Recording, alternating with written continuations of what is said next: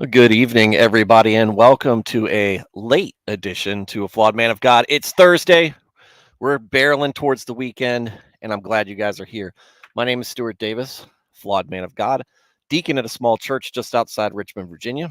Not a pastor, not a biblical scholar, and I haven't been to seminary. I'm not trying to get you to join my church or donate to any special cause. Just trying to talk about God, Jesus, the Holy Spirit, the Bible, Christianity, and a lot of other issues, topics, and current events, and give you my perspective on them. One that I think is reflective of your average Christian guy. I've been a Christian all my life, 40 years non denominational Protestant. Don't subscribe to any particular doctrine or denomination. I'm just in the word daily, trying to do it better each and every day. Some days I'll get it right, many days I'll get it wrong. But no matter what, if I'm streaming, you're going to get my honest opinion and my honest perspective on things. So if you're new to Christianity or if you're searching for more about Jesus, glad to have you here. Hopefully, this environment, um, this relaxed, casual place that we've got here on this channel will help you come to a better understanding of God, lead you to Jesus, and start a relationship with Him. We'd like that to happen. That's the very purpose of why I put this channel up in the first place. So please listen in, and hopefully what you're able to get from me and the other folks here in the chat and the things that we discuss help put you on that path. If you are not, or if you are not new to Christianity, if you've been one for a while, maybe you know more about it than me. Welcome as well. Welcome as well. Glad to have you here. No matter where you land on things, whether you're new or a veteran in Christianity, would like to get you inside of the chat and commenting. The chat is populated by a bunch of great folks who tune in night and night out and offer their perspective. They make this show better. Whether we're getting perspectives from somebody who's hearing the Bible or the Word or some of these topics for the first time, or we're getting insightful, knowledgeable perspectives from folks who have been earnestly pursuing the word for quite some time. Doesn't matter. So, with that said, let's get into the program proper. Yes, I have my doggo here. This is Pupper. This is good Pupper. Uh, she is a good pupper. She's been a pupper for a long time, and she loves me, right? It's your pupper. You guys are right. You guys are right. She's a good dog. She's a good dog. She is a Boston Terrier, and she loves her people, right? How old is she now? 6 years? I think 6 years now. I think she's 6 years old. So she's a good girl. She's getting on up there in age now. Starting to get a little bit of white spots on her. Anyway, so she popped up. She loves hanging out with me. So normally she's hanging out with my son. She goes to sleep in his bedroom when it's time, and she is normally bouncing off the walls. But at this time of the evening, she's ready for bed. She's ready for bed. So you get sleepy. You get sleepy pupper tonight. So how's everybody doing? Nico's first in the chat telling me I'm late and Calvinist. I am both, or I am one and not the other. Sean Bird, how's it going, sir? Early for a change, on time for a change. It's 9:01. No, it's 9:01. I know. We decided to have an impromptu family game night. We were playing some Mario Kart, and it's great. The kids don't have school tomorrow, and so we let them stay up a little bit later. And that mean I had to push the show back. You guys know me, family. My family responsibilities and time that I get with them is precious. So this show does come secondary to them. And yes, the doggo. Y'all noticed. I'm glad. She's so ugly. She's cute. The dog's name is not so cute, though. Hello there. Emmanuel Osario. How old is it going, sir? Hello there, friends. Not going to lie. I've been busy. I've been trying to get the replays. Hopefully I can catch up with more live streams. And if not, I'll have the replays. We know you're out there, Emmanuel. I'm just glad you're I know that you're tuning in. Just glad that you're getting it out there, being safe on the road, and glad that I've got something that you can listen to at least for an hour or so on those long truck drives. So at least I can get just a little bit of entertainment while you're out on the road. Mr. Medicare is live, or was live recently. That's something to be something to tune into as well. I wonder how he's doing. Prayers that he will be in good health, or is in good health. I hope this is not a this is my last stream ever. We know that he's been sick with much malady, very sad for a while, and his content is top notch, at least in my opinion. So, and that's where we go.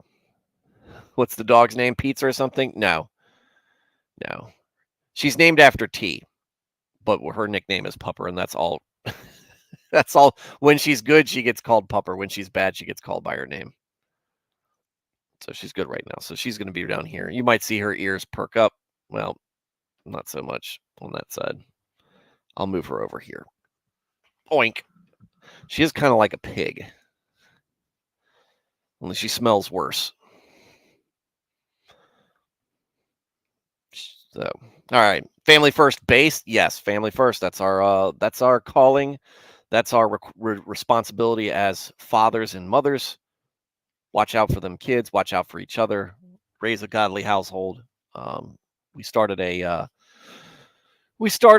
study together as a family last night. That's a year long. You do it weekly, and I was impressed. I was impressed by my kids' responses, both of them. So we're hoping that this will help them grow and help us grow as well.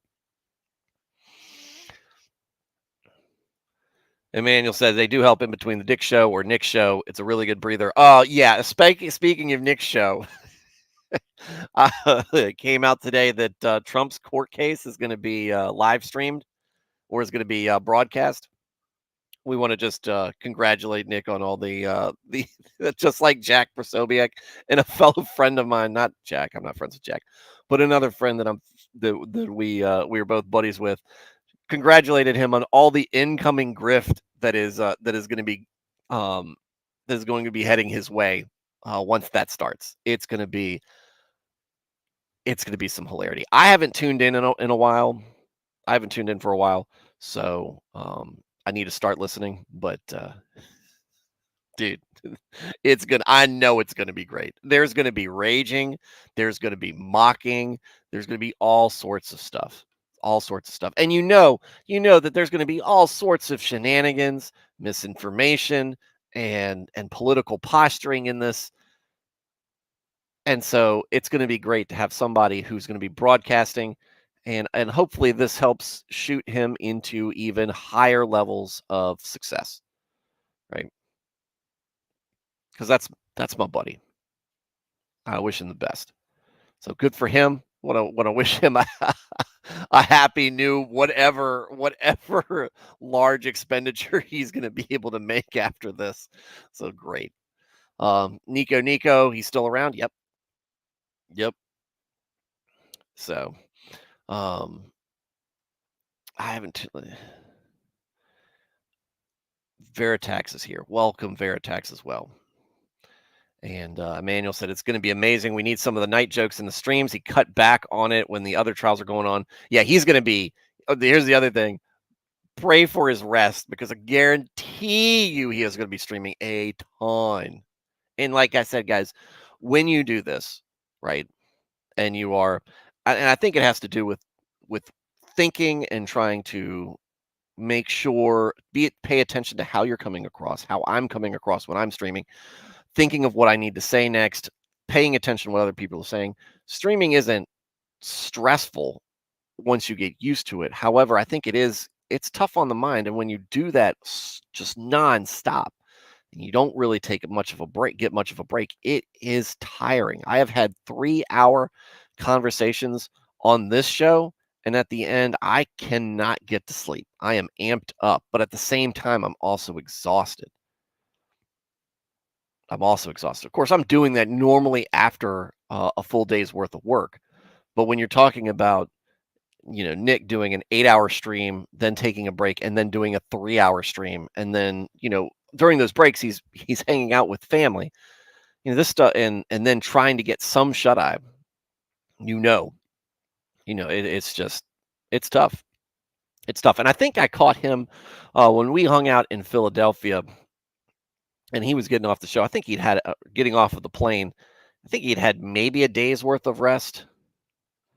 Who's crap? Who was the South Carolina guy, the South Carolina attorney? That court case. I think we were in the middle of that, or it just ended. I can't remember, but it was on a like a break or something, and he had just had some time to rest. He was dead tired. Dead tired. So, Nico, Civil War 2.0 win. You don't want to see it. We don't. This is not something we want to see. And this is, and I hear it. Right. This is from perspective of somebody in who has been to a country that's been torn apart by war within itself.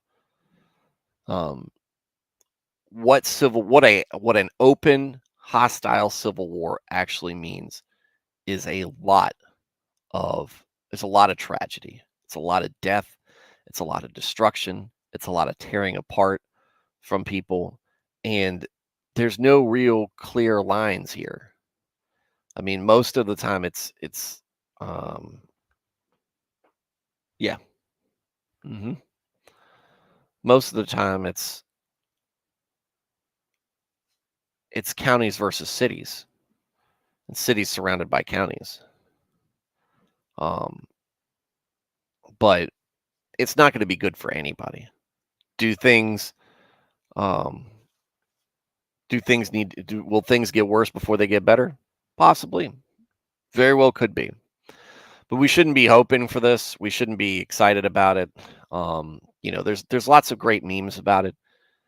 And even if one side is greatly more prepared or more able to wage a war against another side, it's not going to make it any better. It's not going to make it any prettier. It's not going to make it. It's not a joyful thing. It's not something that anybody should look forward to. Hold on a second.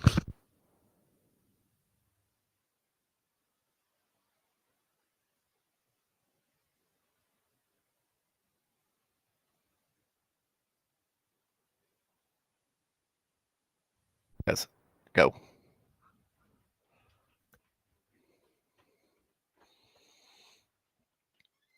So, um, Nico is Tim Pool's alternate account.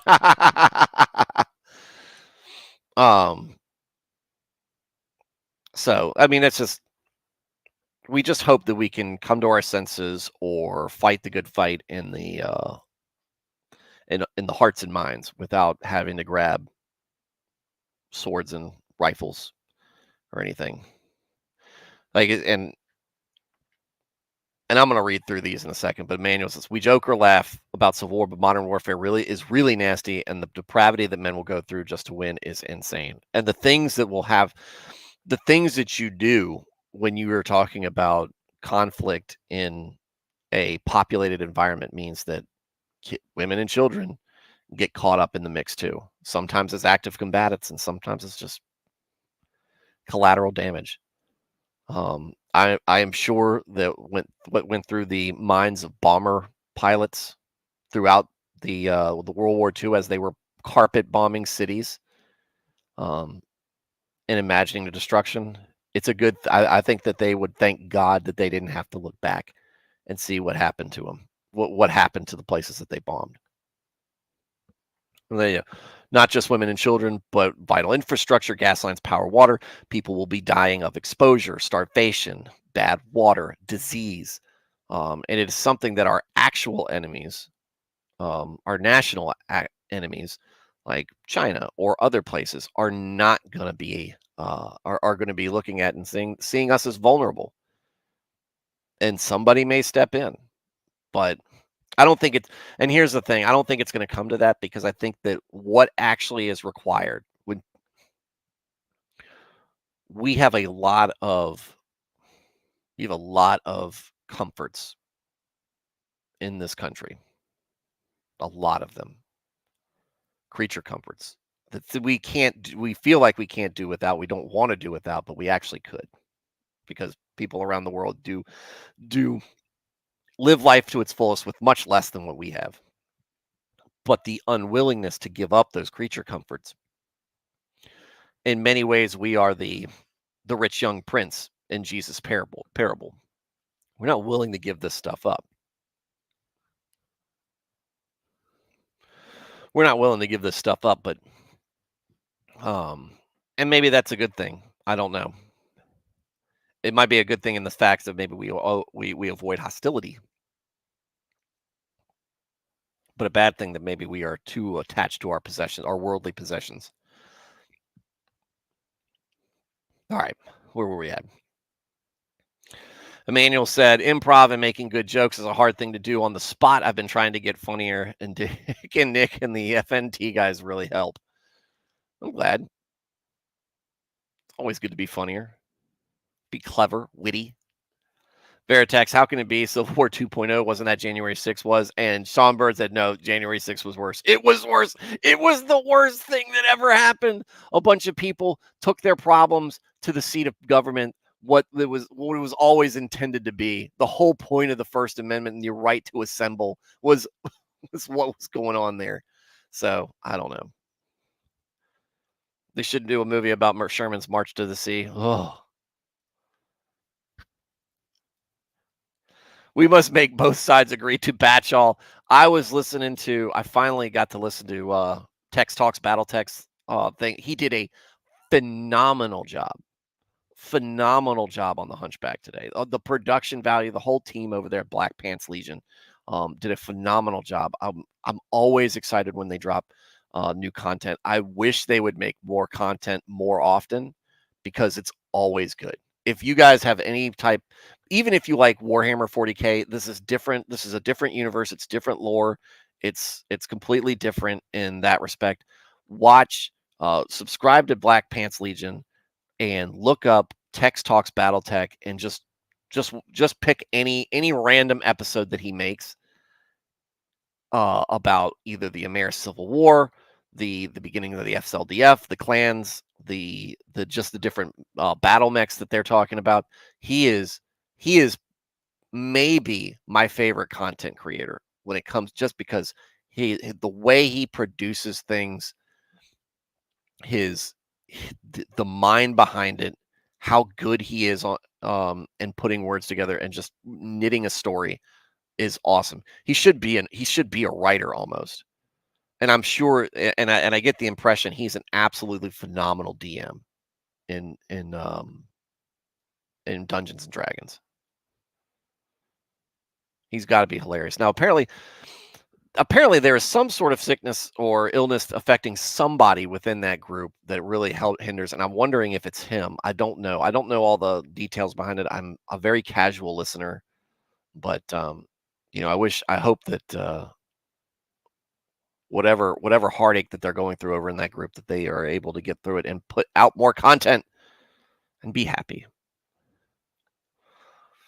Yes, but batch all would be great. That way we can keep collateral damage to a minimum. Neither side would adhere um to it if they lost, though.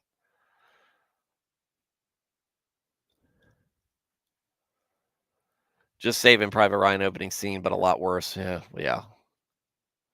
40K Astra Militarum, but far worse. Scary thought. Remember the Robin Williams movie Jumanji? That but 100 times. That was the best. Watch the one about the birth of aviation. I heard about that. They said something on that. I haven't seen that one yet, but I need to watch it. Apparently they corrected historical records or something like that. Oh well.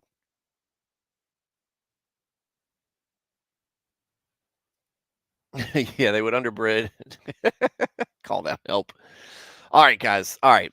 Enough off-topic stuff. Let's get into the show proper. We're about 20 minutes in. We're going to talk about Job. All right. So, getting you, daggone, I've been scratching you. You are shedding all over me, dog.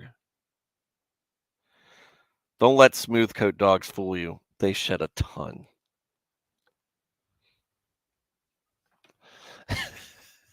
All right.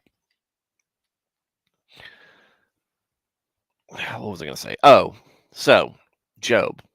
Job, very rich, very successful, wealthy man, lots of kids, lots of wealth, lots of property. Righteous man. A man so righteous that God can brag on him. And so Satan goes to present himself to God, and God says, "Consider Job. Consider my man Job. Look at my man's here. He's a great dude. You've got all you can tempt him with anything, and he is going to remain loyal to me. This this is true righteousness in how I intended it in people." And Satan comes, of course he's going to do that. Of course he's going to do that. You've given him everything he could want. Why would he possibly turn away from you? And God, he goes, I bet you if you took it all away, he would turn on you. God said, all right, it's in your hands. Do what you will, but can't lay a hand on him. So Satan has his people killed, has his family killed um, in a storm, except for his wife. Um, he has raiders come and take away his flocks of livestock, which is the source of his wealth and prosperity,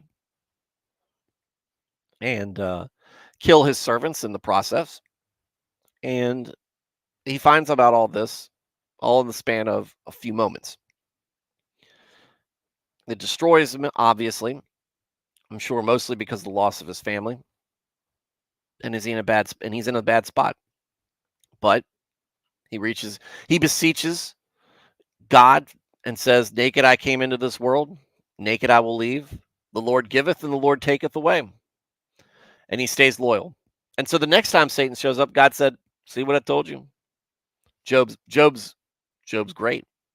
Even after you took all of his family away, even when you took all of his possessions away, doesn't matter. He's still loyal to me." I was like, "Yeah, but I didn't do anything to him. I did things to look. Inanimate objects is property, right? Livestock is livestock. Livestock comes and goes. And yeah, his family's gone, but I mean, those were other people. I could make him miserable physically. I could harm him on his person, and that will be what'll make him turn against you." So God goes, "Yeah, okay, it's in your hands, but you can't kill him." And Satan afflicts him with terrible diseases of the skin. It sounds like with what he's saying that he has nightmares, where Satan is terrifying him in his nightmares. The man's have difficulty sleeping. All sorts of stuff is going on. So, um,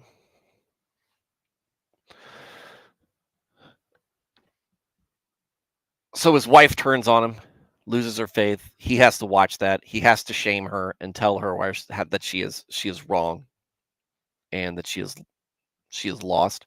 He goes out and sits by himself. He's joined by his friends. They sit with him, and then one of his friends starts to talk about how his friend really rambles. He's talking about maybe it was Job's fault, maybe not. God's not as great and forgiving and loving as he thought he would. Maybe God is great, and Job is so bad uh, that even a loving God can't forgive him for whatever it was he did. And that's what he had to say. And so Job was basically like, that. What are you talking about, dude? You're not even being a great friend. Here I am in misery, and you want to talk about what I did to deserve this? Wow. what good is a friend like you? And if I did something wrong, you know that I'm a person of honor. If I did something wrong, tell me what I did. I bet you can't tell me. But if you know what I did, I'll listen. I'll listen. And then he beseeches God. He's like, I am a miserable human being right now. Why? Why am I doing this? And what sin have I committed? And why will you not forgive me? And that's basically where we pick up. He finishes speaking. His next friend Bildad is going to speak again. Speak for the first time. And that's where we'll pick up in chapter 8 of Job, the amplified version of the Bible. Job chapter 8. Bildad says God rewards the good. And now Veritex prefacing this. And now we meet the Kenneth Copeland naturalist friend of Job's and Bildad. Well, God does reward the good, but not necessarily with worldly possessions. Our rewards are heavenly from the Lord. Dick on it. Our rewards from God are heavenly. But if you are a Kenneth Copeland person, the only rewards you care about, it seems, are those of this world. Then Bildad the Shuhite answered and said, how long will you say these things? And will the words of your mouth be a mighty wind? Does God pervert justice, or does the Almighty pervert righteousness? If your children have sinned against him, then he has handed them over to the power of their transgression and punished them. Ooh. Look, this is a tough one to swallow. Imagine being told this and not punching somebody in the face, right? I know he's your friend. I guess maybe he's trying to help, or maybe he's being a little sanctimonious here. He's talking. If your children have sinned against him, look, maybe your kids sinned and did something wrong to deserve this.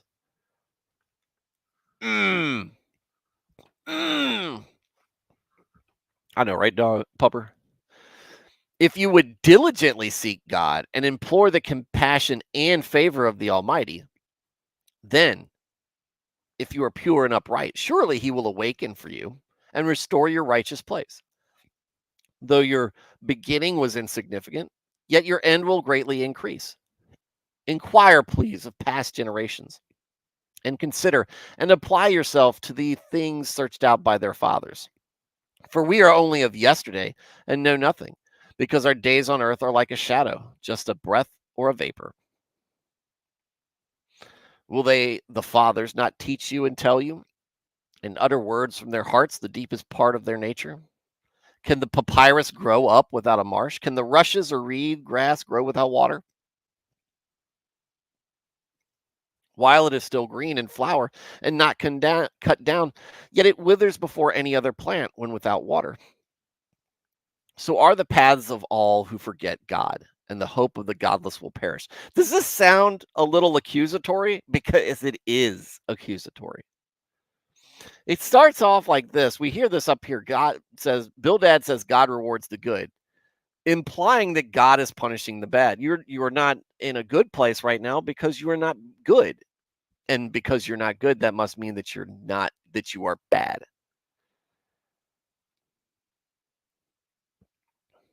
So are the paths of all who forget God, and the hope of the godless will perish. For his confidence is fragile and breaks, and his trust is like a spider's web. He trusts in his house, but it does not stand. He holds tightly to it, but it does not endure. He thrives and prospers like a green plant before the sun, and his branches spread out over his garden.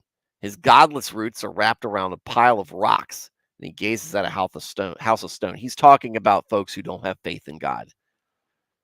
If he is snatched from his place in the beginning, then his place will forget him, saying, I have never seen you.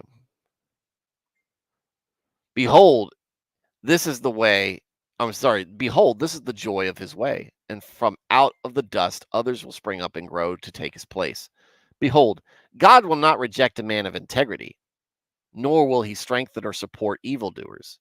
Yet he will fill your mouth with laughter and your lips with joyful shouting, if you are found blameless. Those who hate you will be clothed with shame, and the tents of the wicked will be no longer.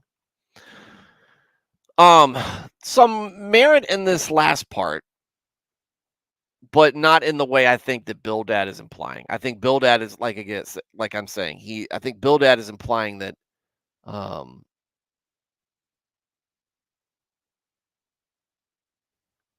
where is it? Bildad is implying that this is more of an earthly thing. Your enemies will be shamed in front of you now, today, as opposed to your enemies being shamed before God for what they did, and if in their godlessness or their transgressions against you, they are punished. He's not talking about that. But as we learn from what Jesus says, there is justice in the Lord, but it's on his time to mete out in his ways, and not always in our lifetimes on this physical plane. We all have to make an accounting for ourselves, and so will those people. He said, "Behold, God will not reject a man of integrity, nor will he strengthen or support evildoers." God will not reject a man of integrity. But that doesn't mean that everything that happens in your life is going to go well, or that you will not endure tragedy or sadness or despair. Again, he's speaking in worldly context because of what you did. Because if you were a man of integrity, this wouldn't have happened. And the reason you're not strong is because he doesn't support evildoers. Again, the accusation there is the same as it was um, during Eliphaz speaking. He's not going to support you. God will abandon you. And he yet then and then further up, I'm kind of doing this backwards. Probably shouldn't do it this way, but whatever. It's already started. A while ago that we talked, he's referring to he makes this whole speech, and the middle part of it is talking about folks who are godless, folks who don't believe, have faith, or don't aren't built the second shortest man in the Bible. Um,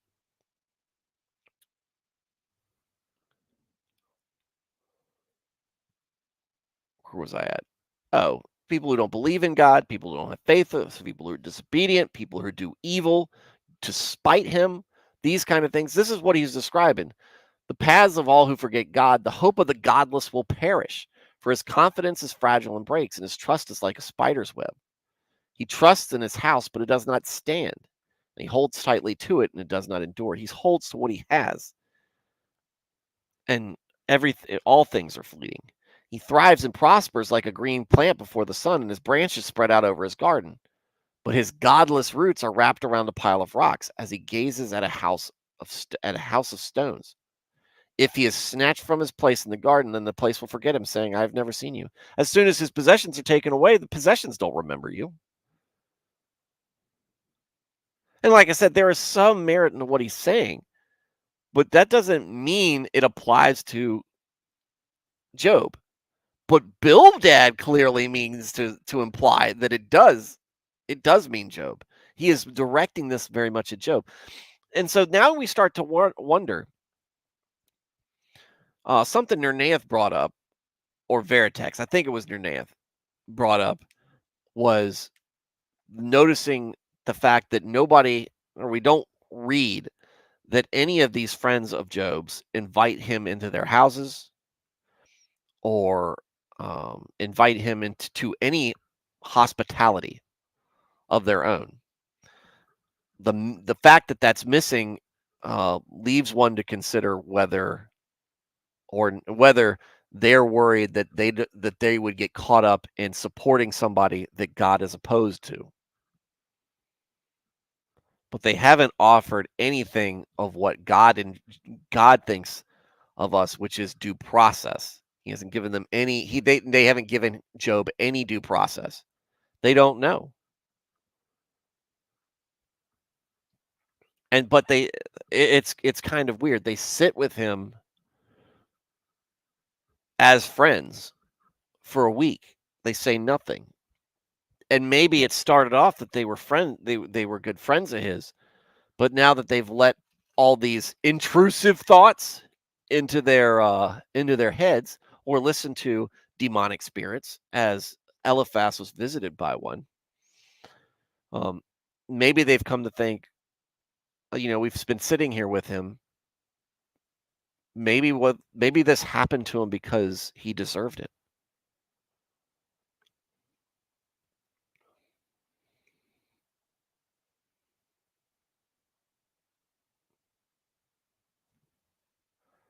I think it was you, Nernath. I think it was you. Emmanuel said that's a great example of a so-called friend. People like this tick me off, man. I mean, yeah.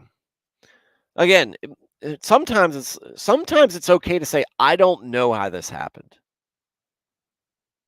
It's upsetting. If this had happened to a very good close friend of mine, I'm going to be there for him. But if he goes looking for answers, I think I would say, I don't know, man. I mean, sometimes these things just happen.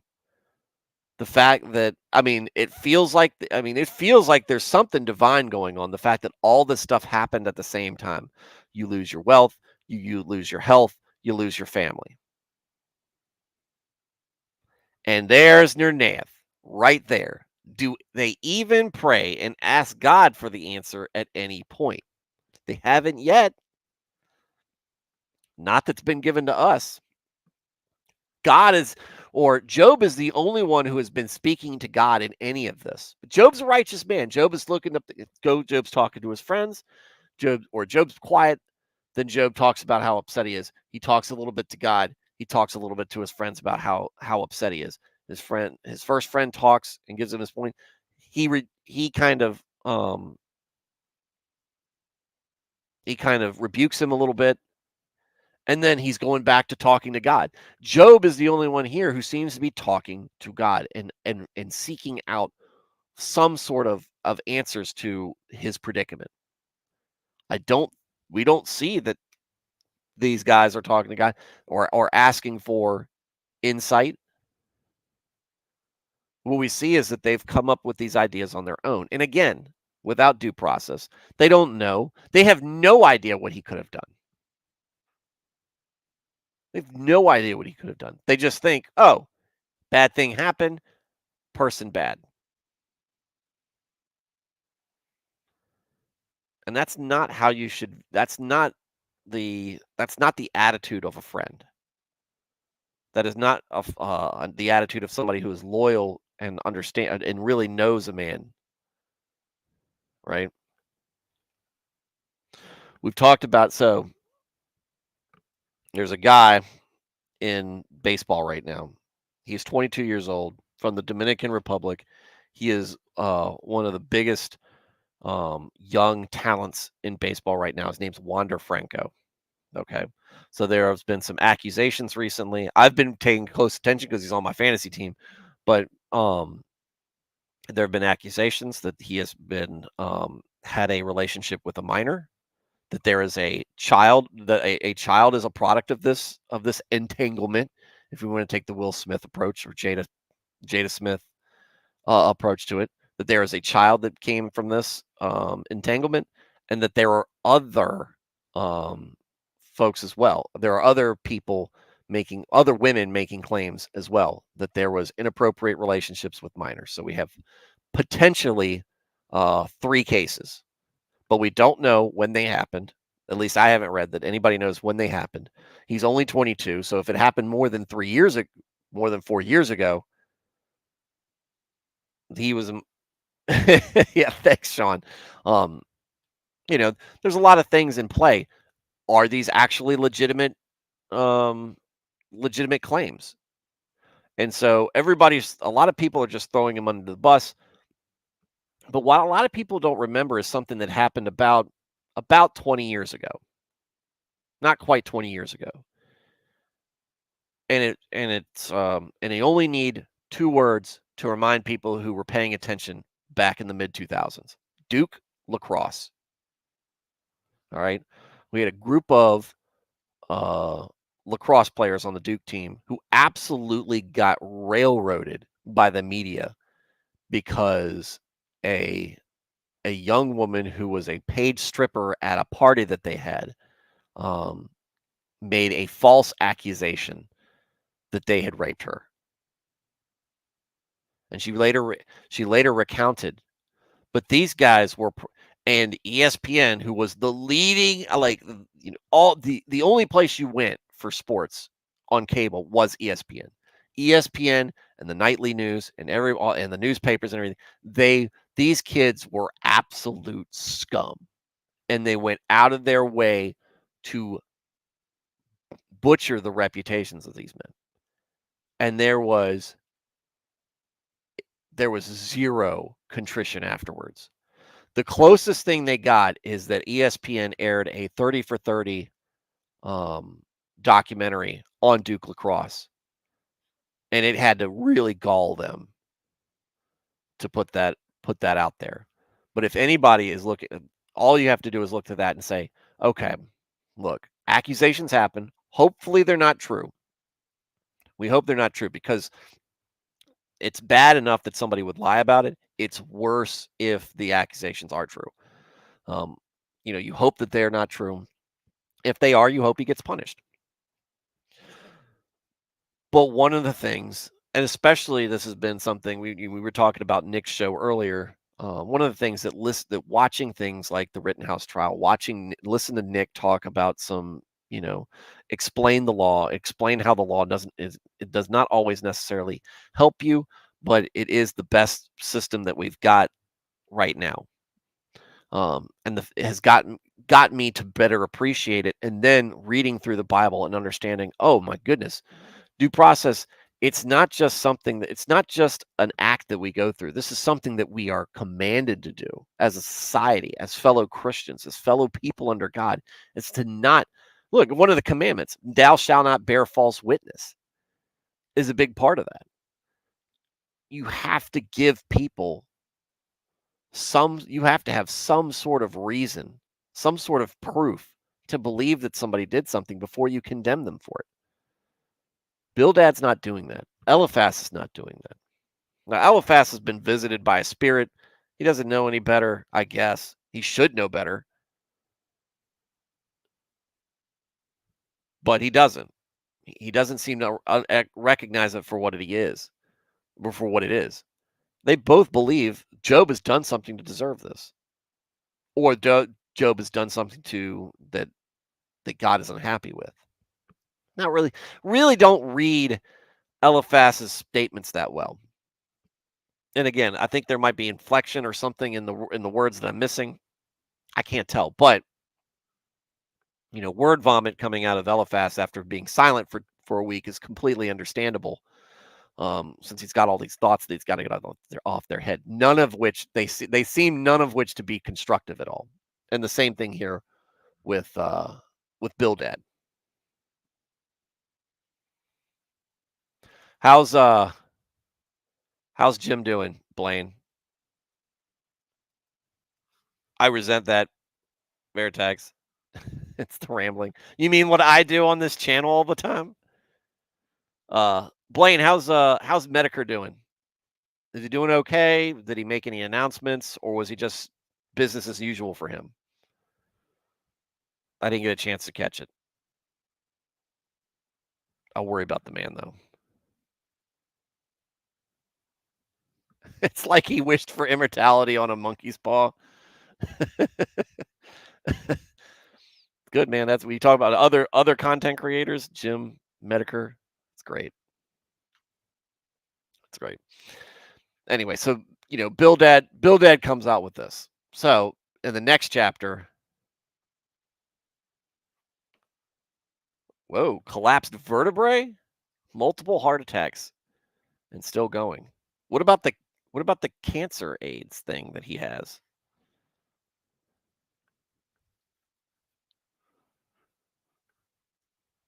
Anyway, Job says there's no arbitrator between God and man. Interesting take on that, Job. Then Job answered and said, yes, I know it is true, But how can a mortal man be right before God? If one should want to contend or dispute with him, he could not answer him once in 1,000 times. Already, the already Job is smarter than Satan. I mean, Job's smarter than Satan, we know, because he's a righteous dude. But here he goes, if one should contend or dispute with him, something Satan's already done in this book, he could not answer him once in 1,000 times. God is wise in heart and mighty in strength. Who has ever defied or challenged him and remained unharmed? Again, Satan would know, as so eloquently put in Paradise Lost. Satan wakes up in a stupor trying to figure out what in the heck happened to him because he started this revolt and got absolutely destroyed by the Lord. It is God who moves the mountains, and they do not know it, when he overturns them in his anger. Who shakes the earth out of its place, and its pillars tremble? Who commands the sun, and when it does not shine? Who seals up the stars from view? Who alone stretches out the heavens and tramples down the waves of the sea? Who made the constellations, the Bear, Orion, and the Pleiades, and the vast starry spaces in the south? Is it Pleiades, I think, actually? Who does great things beyond understanding, unfathomable, yes, marvelous and wondrous things without number? Behold, he passes by me, and I do not see him. He moves past me, but I do not perceive him. Behold, he snatches away. Who can restrain or turn him back? Who will say to him, what are you doing? God will not turn back his anger. The proud helpers of Rahab, the arrogant monster of the sea, bow under him. How can I answer him and plead my case, choosing my words to reason with him? For though I were righteous, I could not answer. I must appeal for mercy to my opponent and judge. If I called and he answered me, I could not believe that he was listening to my voice, for he bruises me with a tempest and multiplies my wounds without cause. He will not allow me to catch my breath, but fills and saturates me with bitterness. If it is a matter of strength and power, behold, he is mighty. And if of justice, who can summon and challenge him? Though I am innocent and in the right, my own mouth would pronounce me guilty. Though I am blameless, he would denounce me as guilty. Though I am blameless, I do not care about myself. I despise my life. It is all one. Therefore, I say, he destroys both the blameless and the wicked. When his scourge kills suddenly, he mocks at the despair of the innocent. The earth is given into the hands of the wicked. He covers the faces of its judges so that they are blind to justice. If it is not he, then who is it that is responsible for all this injustice? Now my days are swifter than a runner. They vanish. They see no good. They pass by like the swift boats made of reeds, like an eagle that swoops down on its prey. If I say, I will forget my complaint, I will leave off my sad appearance and be cheerful and brighten up, I am afraid of all my pains and worries yet to come. I know that you will not acquit me and leave me unpunished. I am accounted wicked and held guilty. Then why should I labor in vain to appear innocent? If I were to wash myself with snow and cleanse my hands with lye, you would still plunge me into the pit, and my own clothes would hate me and refuse to cover my foul body.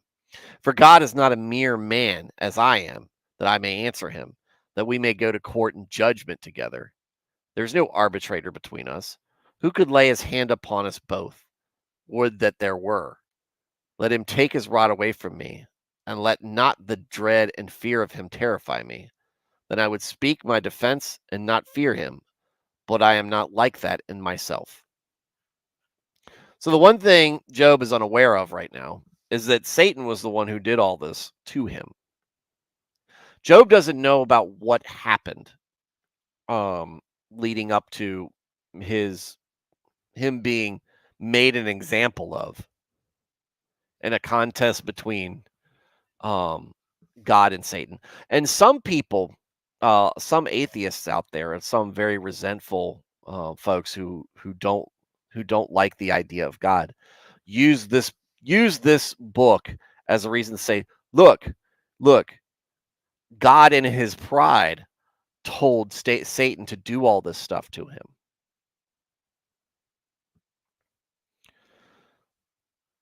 He brought this evil upon Job.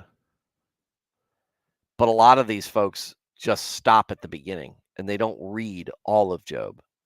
They just read the beginning and they don't understand and they don't get any wisdom out of it. And they don't realize what's going on. Job, in his ignorance, is thinking that maybe God is not as as great. Or God, he acknowledges that God is great, powerful, all knowing. And even if God were in the wrong, he's still right because he is the ultimate authority. It doesn't matter. If he wanted to speak against him, God would simply smother him if he wanted to. And that's kind of where Job is at right now. All these horrible things have happened to him, and he doesn't know what he's done. He's still looking for a reason. And he even says, he starts to talk to him about that. Um, Hang on.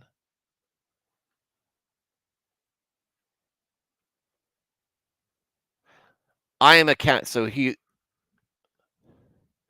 here he starts to say, if I say I will forget my complaint, I will leave off my sad appearance and be cheerful and brighten up. Basically, if I get to the point where I say, okay, you've told me to get over it, Bildad, because it's basically my comeuppance or my kid's comeuppance or somebody's comeuppance. And I just need to suck it up and drive on and just be happy with that. Okay, what if I do that? Okay.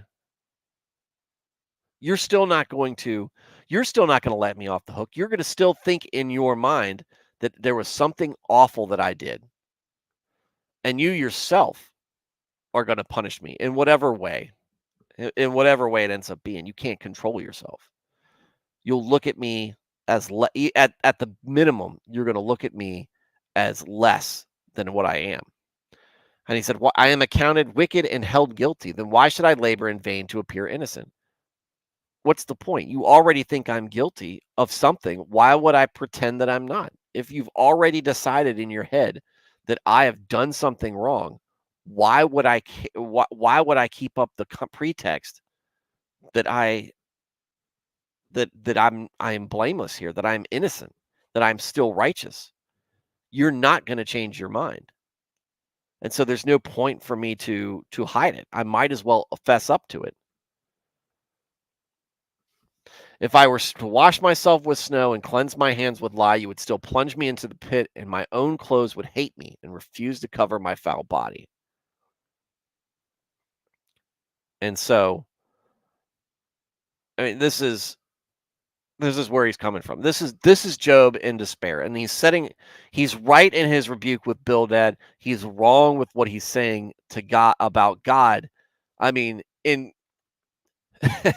theoretically, yes, if God wanted to be a foul being, he absolutely could. He has that power. He is not, though.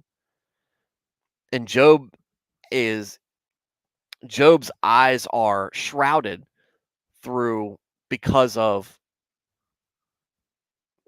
what he's endured and the fact that he doesn't know why it's being thrust upon him.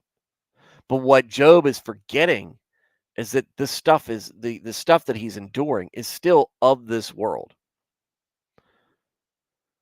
There is a heavenly reward. But maybe in the back of his mind he does realize this. I think in all of this there is still great love of Job for God, even though he feels like he is being cast out. That probably breaks God's heart to know that. And we'll see that more when he decides it's interesting the things that he says here. God is wise in heart and mighty in strength, who has ever defied or challenged him and remained unharmed. Like he's talking about his power. This is actually going to be stuff that we're going to hear from God when he starts to talk. When he settles in and sets everything straight for everybody, puts everybody's mind in the right place. When he jerks them all by their shirt collars, picks them up and talks to them on each side. Look, guys, listen up. This is what I'm going to say. It's very similar with what we're going to hear from him later. Job gets it to a degree, but also he is struggling with the idea that maybe this stuff just happened to him. Maybe bad stuff can happen to the righteous in the world. But maybe there's more to who we are than kind of like what I said. There's more to more to our existence than just our lives here on earth. And our suffering, when we endure suffering here, it's temporary. It seems long, but we don't have much of a concept of eternity. We only know the here and now. We can't understand that a little bit of pain now pales in comparison to an eternity of bliss and happiness. So, and he ends it with, "Let him take his rod away from me, and let not the dread of fear of him terrify me. Then I would speak my defense and not fear him, but I am not like that in myself." I think that's a bit of humility. I don't, and again, this is a defeated man. Life, what has happened, what has been thrown at him has crushed him. It has defeated him in spirit, has defeated him um in mind. He's clearly depressed, but even in defeat, even in all of this, he is still faithful to the Lord. And who can't look at that with a measure of respect for the man? Okay, because I can't pile on enough how bad it must feel to be in Job's shoes right now. Your wealth is gone. Your property is gone. Your family is gone. Your wife has lost her faith. Your friends are turning against you. And they're accusing you right in front of you. Do you not think maybe this was part of what Satan was going to do when he's putting plans and scheming against him? That he won't try to influence people around them, sow doubt in their minds, appear to them in visions, and make accusing statements about you. This is why it's important to be honest with yourself. And this is or try your best to be. That's a difficult thing. But always remember that, and I think this is something that has helped me personally. I don't know, but I feel like this is something that's helped me personally, is that I can't lie to everyone. And if you can't fool everyone, what's the point? My life, I have always understood that God knows God knows the truth. He knows what I've done wrong. He knows at the instant I've done it. He knew it before it happened that it would happen. So when you're talking when you're talking to him, when you're beseeching him, you can't come up and say, that wasn't me, God. I didn't do it, God. It wasn't my fault, God. That doesn't apply. That doesn't work. He knows. So the best policy to have in this is to be honest with him. I love Harvey Danger. Thank you, Blaine. The best policy when going to God in prayer, going to God is earnest, open, understanding, earnest, open repentance, confession, and just talking to him. When I talk about things, here's a part where I'm going to be be a little open about things. When I talk about things that I'm struggling with, whether it's a bad decision, something going on around me, or something with myself, I try to be honest. God, I know that I can be difficult or intense in disagreeing with people. I know that I can be harsh with my words. I know that I can be quick to anger, which I shouldn't be. I know that I can I know that I can come across as more angry than maybe I am, or less willing to forgive. And I'm always willing to forgive. But that doesn't mean anything if nobody can tell that by the way I'm talking to them. I come across poorly often in disagreements. And that hurts whatever. There have been disagreements and issues that I've had in things that are in organizations that are very important to me. That because I didn't handle it well and was discerning in my initial complaints and gripes,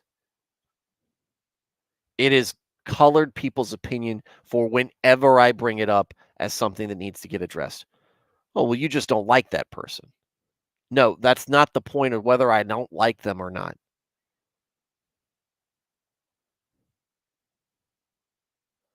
The reason I have a problem with something is because something's going on that is wrong.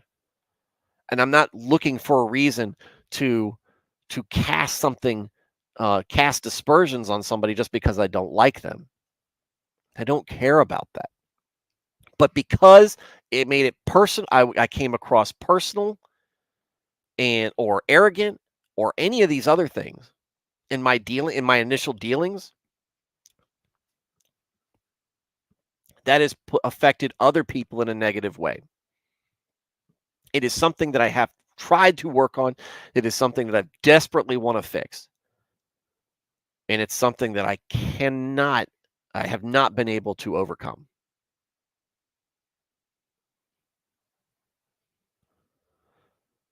But that doesn't mean when I go to God, I go, God, I'm right here. These people need to just understand what I'm saying. They need to figure it out. It's on them. It's on me. It's on me too. If it's wrong, they should know something's wrong. But I don't help the situation by making it more difficult for people to see why I'm right or why I may be right. That's me. Immediately when you come to God, you've got to be honest with yourself. You've got to be honest with God. He's honest. He knows. And I hope I'm not rambling on this. I hope you guys are picking up what I'm trying to put down because I think this is very important. Because I feel like helps make a man have more integrity. If you always have in the back of your mind that if you do something deceitfully, if you do something crooked, if you sin, you're not you're not fooling it. You're not fooling what really counts. You're not fooling God. He knows. He's seen it.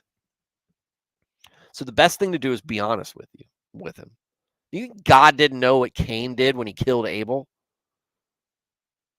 Cain kills Abel. First murder in history. God comes, "Where's your brother?" "I don't know. I'm not my brother's keeper." Cain knew. "What are y'all doing, Adam and Eve?" "Nothing." "So what's up with the fig leaves?" "Nothing." When Adam blames Eve, "Well, she gave it to me." "Yeah, but you took it. You wanted to bite into it. You gave in to temptation." That's that's the dishonest part. It's more than just denying. It's also making excuses.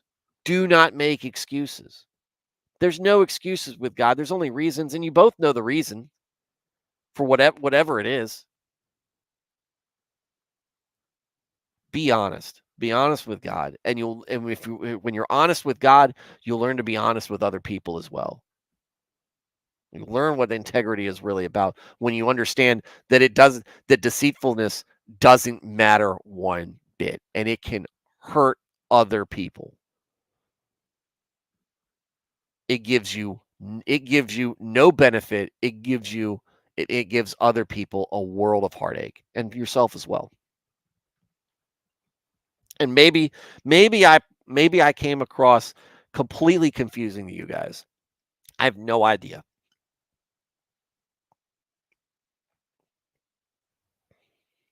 Maybe I'm in my own head too much about this. But that's a big thing that I struggle with. That's a personality flaw of mine. That is something I need to work on and be better about. And so when I go to prayer about God, I'm like, help me fix this. Help me find a way to fix myself, fix how I come across, fix how people perceive me, that I can be better. I can be better. Help me help me get out of scripture what I'm reading and understand how to better apply it to myself. God gives us a lot of good instructions, and you've just got to be open and honest in reading it.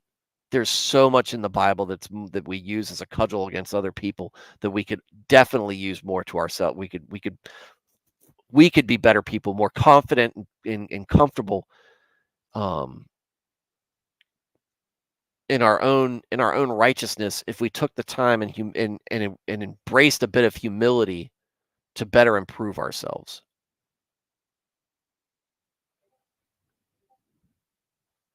So,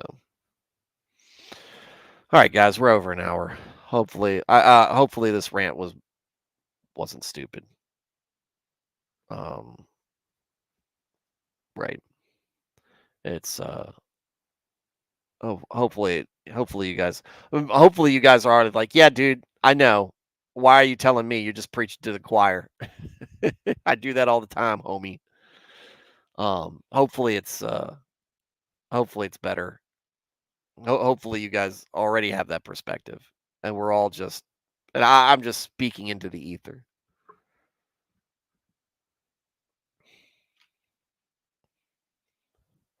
Manuel says it takes heart, determination, discipline, but most importantly, he has faith in God. It really shows that this man is a big man to strive for. Like I said, Job is a great example. Job's a good book, but Job is a good man to look at and say, look at what he is doing. Look at what he's going through. He's not perfect. He's not handling this thing perfectly, but that doesn't. He's not. The expectation is not perfection. The expectation is obedience and faith. Emmanuel said, Nastu, you're good, homie. I see you. And that means God is there to see you grow and help. And we never stop.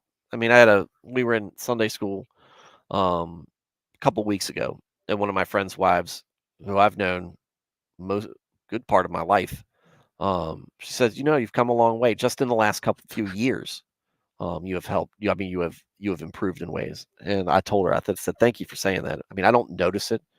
My wife will sometimes say, "Hey, you've come a long way just from your 30s, just from being a father, just from the last couple of years, just from taking your faith more seriously, um, and being and rising to different occasions." And that's good. It's helpful. You've got to take the good with the bad too. You're not just a worthless worm sitting on you're just waiting to be crushed by the weight of your own sin.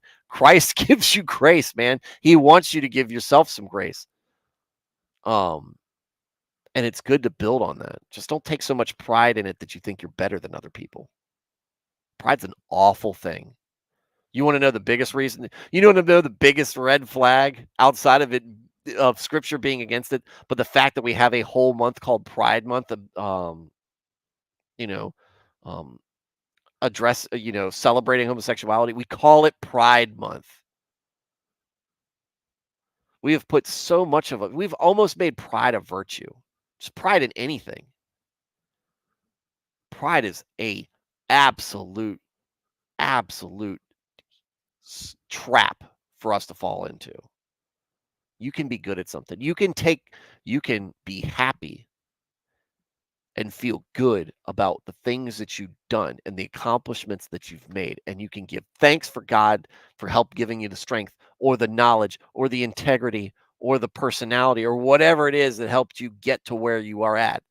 You can thank him for the blessings, and you can um you can take pride, a little bit of pride in yourself for making the right choices and taking those blessings and applying them the way God wanted you to. But that pride has to be fleeting in the fact that you don't start thinking that you're better than other people. Job did not do that going into this. Job was a righteous man who was wealthy and powerful and influential and good. He could have said, "Oh, well, because I do this all the time and I'm perfect, I'm better than other people." We don't see that with Job. And that's why he's a man. That's why he's a man that God can say, "You're all right, Job. You're a real one. You a real one, Job." So you could have said it was a good rant. Well, I'm glad. I'm glad. Megan Daniel said it. You've helped me. I'm glad I have. Veritex, one phrase that jumped at me, I think, because it says, I think this is a autocorrect junkyard me, that I had to look up with Rahab's assistance was a reference to an angel over Egypt, according to one commentary I saw. I'm not sure why that's important. Maybe something to dig into later. All right, guys. We're gonna close out for the evening. Okay. Thursday, Friday's probably not gonna be a stream. Um, we'll see. But thank you guys for tuning in. Thank you guys for listening. Veritax, Emmanuel, Nico, Matt Felty, Blaine, Sean. Sean's super good talkative tonight. Nernaeth. I don't think I'm leaving anybody out. I think that's everybody. Yep. You guys, thanks for being in the chat. Thanks for being in the chat. Thanks for listening. Thanks for adding your commentary. You make this stream great, and I appreciate it. Always thank you. Thank you to everybody who's tuning in and didn't have anything to say or didn't want to say anything in the chat. That's fine. I'm just glad I'm providing content for you that has you tuning in. And to everybody tuning in or catching this on the replay, I hope to catch you live sometime soon. All of you have a great, safe weekend, restful, go to church, get things accomplished, do what you got to do, man. I want to see you guys safe and happy and healthy and ready to tackle this more of Job as we go through next week. All right. In the meantime, have a good night and God bless.